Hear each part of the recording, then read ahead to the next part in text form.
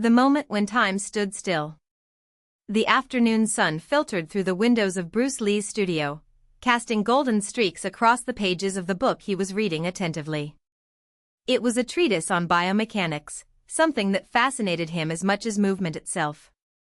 Slender fingers turned the pages with precision, while the mind absorbed each word as if knowledge could be distilled into pure action. It was then that the door opened with a bang. A man with broad shoulders, a neck as thick as a tree trunk, and arms that seemed to be made of solid steel walked in unceremoniously. His name was Mike the Hammer Callahan, a street fighter known for breaking ribs with a single punch. 250 pounds of muscle and swagger, he smiled at the sight of Bruce sitting there, seemingly oblivious to the world. "Hey, Chinese man," he called, his voice full of mockery. "I heard you're fast. Too fast for someone to hit you, right?" Bruce didn't look up right away. He continued reading for another second, as if the weight of the intruder's presence were just a passing breeze. Then, slowly, he closed the book and placed it on the table carefully, as if each movement were part of a rehearsed choreography. "That's what they say," he replied, his voice calm, almost soft. Mike's smile widened, showing yellowed teeth. "Well, I think it's all bullshit." He took a step forward, his heavy boots squeaking on the wooden floor. "I bet I can hit you before you blink." Bruce tilted his head slightly, as if evaluating the proposal. Then, without rushing, he got up. There was no tension in his movements, no sign that he was preparing for confrontation. Just an eerie stillness, like the calm before a storm. "You can try," he said simply. Mike laughed, a throaty, confident sound. "I'll give you an advantage. Start now." And then he attacked. The punch came like a runaway train, a blur of brute force destined to crush anything in its path. But Bruce was no longer there. His body moved before Mike's mind even registered what was happening. A sidestep, almost imperceptible, and the big man's fist came inches from his face, so close that the wind from the attack brushed his skin. Before Mike could react, Bruce was behind him. A precise, dry blow hit the exact spot between the fighter's floating ribs. It wasn't a hard punch, it didn't need to be. It was enough to make Mike's lungs contract in an involuntary spasm, robbing him of air. The big man staggered, eyes wide, mouth open in a scream that didn't come out. Bruce returned to his starting position, hands relaxed at his sides. "You said it was too fast to hit," he recalled, his voice still calm. "I didn't say it was too fast to hit." Mike tried to straighten up, but his body wouldn't respond. Every breath was a struggle, as if someone had plunged a knife into his chest and slowly turned it. He fell to his knees, fingers digging into the floor, trying desperately to suck in the air that wouldn't come. Bruce watched for a moment, then bent down to pick up his book. "Speed isn't just about not getting hit," he said, flipping through the pages as if nothing had happened. "It's about being where you don't expect it. About making time work in your favor." Mike coughed, spitting saliva, his eyes bloodshot with a mixture of pain and disbelief. How did you do that?" Bruce smiled, but there was no arrogance in his gesture. Just the certainty of someone who understood something that few would ever understand. "I didn't do anything. You're the one who moved too slowly." And with that, he went back to reading, leaving Mike there, kneeling on the floor, learning a lesson that wasn't in the books. Final chapter, The Weight of Speed. Mike spent the next few days training until exhaustion. Every muscle ached, every breath burned, but he didn't stop. The humiliation of that defeat consumed him, but it also fueled him. If Bruce could do it, so could he.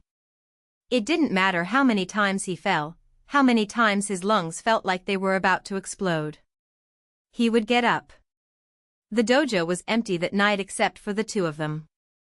Bruce watched silently, arms crossed, as Mike repeated the same movements, a punch, a parry, a counterattack, as if his life depended on it.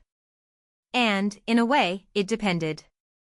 "You're repeating the same mistakes," Bruce said finally. Mike stopped, panting, sweat running down his face. "What mistakes?" "You're still trying to get it right." Bruce approached, slowly, as if time around him was bending. The fight is not about strength. It's about absence. About being where the enemy is not. Mike clenched his fists. Then teach me. Bruce stared at him for a long moment. Then, without warning, he attacked. Mike reacted on instinct, blocking, dodging, but Bruce's every blow seemed to come from an impossible angle, as if he anticipated every move before Mike even thought it. Within seconds, Mike was on the floor again, the air forced from his lungs, his face pressed against the mat. "You're still thinking," Bruce said, standing above him. "While you calculate, I'm already on the other side." Mike stood up, shakily. "How do I stop thinking?" Bruce smiled, almost sadly. "You don't stop. You unlearn." Weeks passed. Mike learned not to anticipate, not to react, to simply be. Every movement became an extension of your body, not a conscious decision. He stopped counting the seconds, stopped measuring the distance, stopped fearing the next blow. And, little by little, he began to see. Not as Bruce saw it, that, he knew, would take a lifetime, but enough to understand that true speed was not in the muscles, but in the mind. The final test came without warning. They were in the dojo, as usual, when the door opened with a bang. 3 men entered, faces covered by masks, weapons drawn. Mike recognized the leader, a former student of Bruce's, expelled years earlier for excessive violence. The hatred in his eyes was palpable. "You took everything from me," said the man, pointing the gun at Bruce. "Now I'm going to take what's yours." Bruce didn't move. It didn't blink. "You already lost," he said, calmly. The moment he decided to return. The man laughed, a harsh, broken sound. "Then let's see who loses today." He pulled the trigger. Mike didn't think. Didn't calculate. It just moved. The shot echoed, but the bullet went wide, burying itself in the wall. Mike was already behind the shooter, disarming him with a precise strike to the wrist, spinning him around and using his own body as a shield against the other two. Bruce watched, motionless, as Mike disarmed the second man with a roundhouse kick and knocked out the third with a punch to the solar plexus. When it was all over, the 3 were on the ground, groaning, unarmed. Mike was breathing hard, but his eyes were shining, not with triumph, but with something deeper. Understanding. Bruce walked over, placing a hand on his shoulder. "Now you understand." Mike looked at the fallen men, then at Bruce. "I understand that speed is not about being fast. It's about being present." Bruce nodded. "And about knowing when not to move." Mike smiled, for the first time without bitterness. "This will take a while." Bruce laughed, a rare and genuine sound. "It takes a life." And with that, the two left the dojo, leaving behind not only the invaders, but also the lessons that no longer needed to be said. Mike still had a lot to learn. But for the first time, he knew he was on the right path. The wind blew through the open windows, carrying with it the weight of everything that had been left behind. And somewhere between the past and the future, Mike finally found his balance. End. The path forward. The days that followed were of silence and movement. Mike would wake up before dawn, when the dojo was still in darkness, and train alone. There was no longer the urgency there was before, that need to prove something to oneself or the world. Now every movement was a question, and every breath an answer. Bruce watched him from afar sometimes. It didn't interfere. He knew Mike needed to find his own rhythm, as he had done decades before.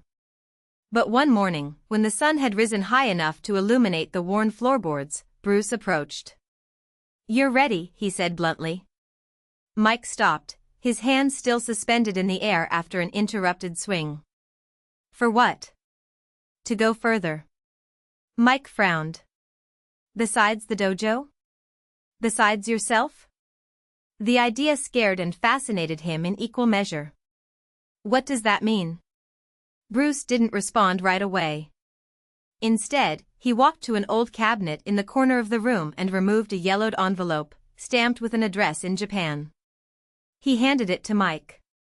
There is a master in Kyoto. He does not accept students easily. But you are no longer an ordinary student. Mike held the envelope as if it were made of glass. Inside was a handwritten letter, in characters he couldn't decipher, and an airline ticket. Why me? Because you already know what it's like to lose everything, Bruce said, simply. And because now you know what it's like to find something worth keeping. Mike didn't need any further explanation. He kept the envelope in the inside pocket of his coat, feeling the weight of the decision before he even made it. The airport was crowded, but Mike moved among the people as if he were alone. There was no rush, no hesitation. Just the certainty that, this time, he wasn't running away. It was going. As the plane took off, he looked out the window and saw the city moving away, shrinking until it was a blur of lights and shadows. He thought about everything he had left behind, the dojo, the mistakes, the sleepless nights wondering if he would ever be good enough. And then, for the first time, he didn't miss any of it. The master in Kyoto was called Haruto. A man of few words, with eyes that seemed to have seen centuries. When Mike arrived at the temple in the mountains, he was greeted not with a greeting, but with a broom. Clean it up, Haruto said, pointing to the leaf-covered courtyard. Mike didn't question it.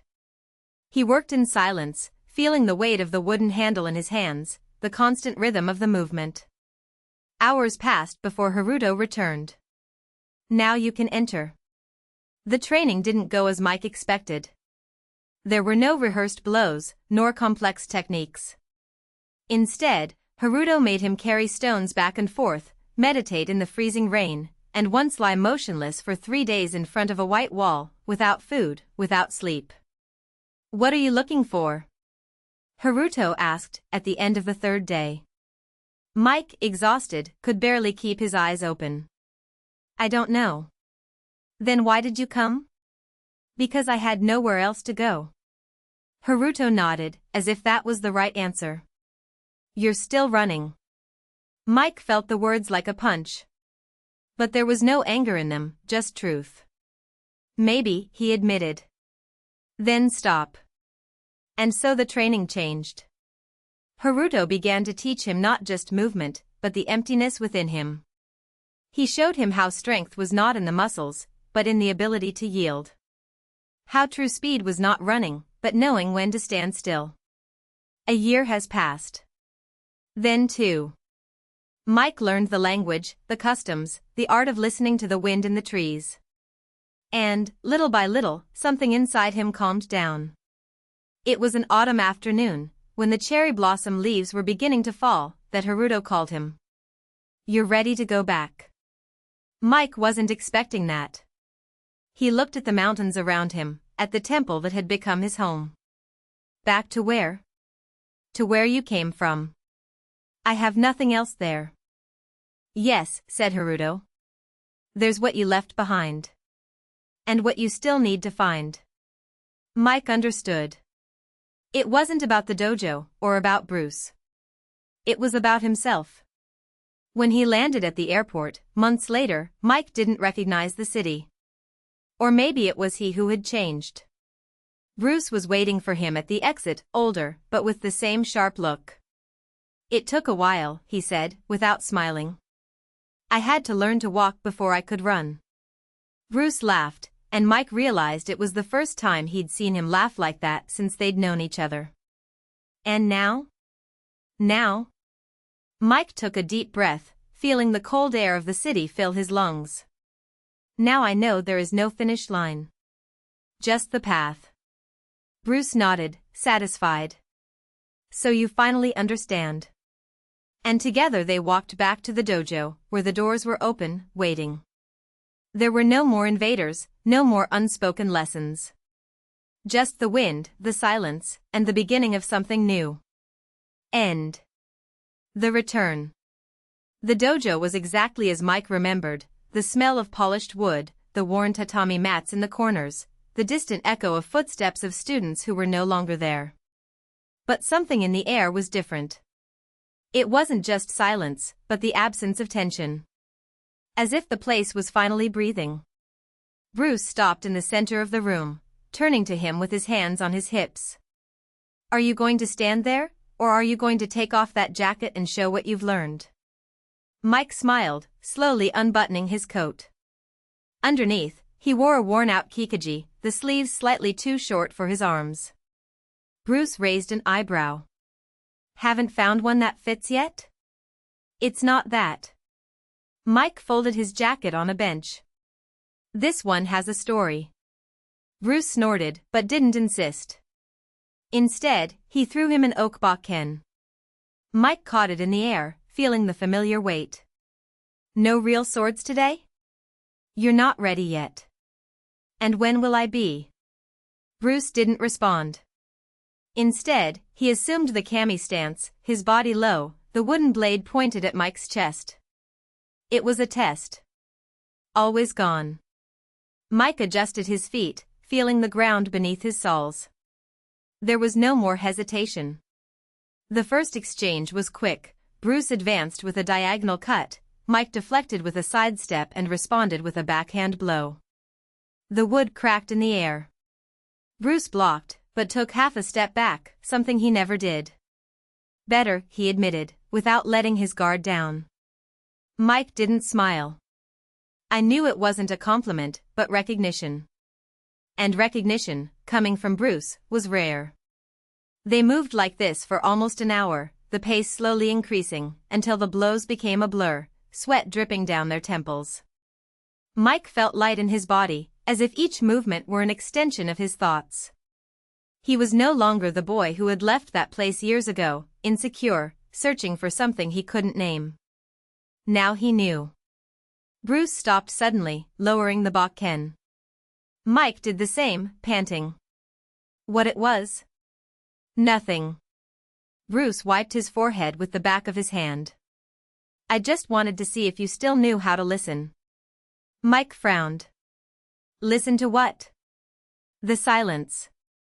Bruce pointed to the mat with his chin. Who were you away for months, training with? Monks? Mercenaries? It doesn't matter. What matters is that you learned not to force it. Letting things happen. Mike looked at his hands. The scars were there, thin and pale, like lines on a map that only he understood. I no longer wanted to be the guy who breaks everything to prove he's strong. Bruce nodded, as if he had expected this. So you've grown up. Or I just stopped being an idiot. This time, Bruce actually laughed, a short, husky sound. Both. They sat on the floor, their backs against the wall. The afternoon sun entered through the high windows, drawing squares of light on the tatami. And now? Mike asked. Bruce took a cigarette out of his pocket, but didn't light it. He just rolled it between his fingers. Now? Now you decide. You can stay. You can go away. You can open your own dojo if you want. Or you can just live. Mike looked around. The place was empty, but not abandoned. There was life there. Waiting. And you? Bruce finally lit the cigarette, releasing the smoke slowly. I've already done my part. I trained you. I trained others before you. Now, it's their turn. Mike didn't say anything. I knew it wasn't a farewell, but a passing of the baton. Silent. Like everything in between. If I stay, he said, finally, I'll want to change some things. Bruce shrugged. As long as you don't change the essentials. And what is the essential thing? Respect. The discipline. Bruce stubbed out his cigarette on the floor, despite Mike's disapproving look.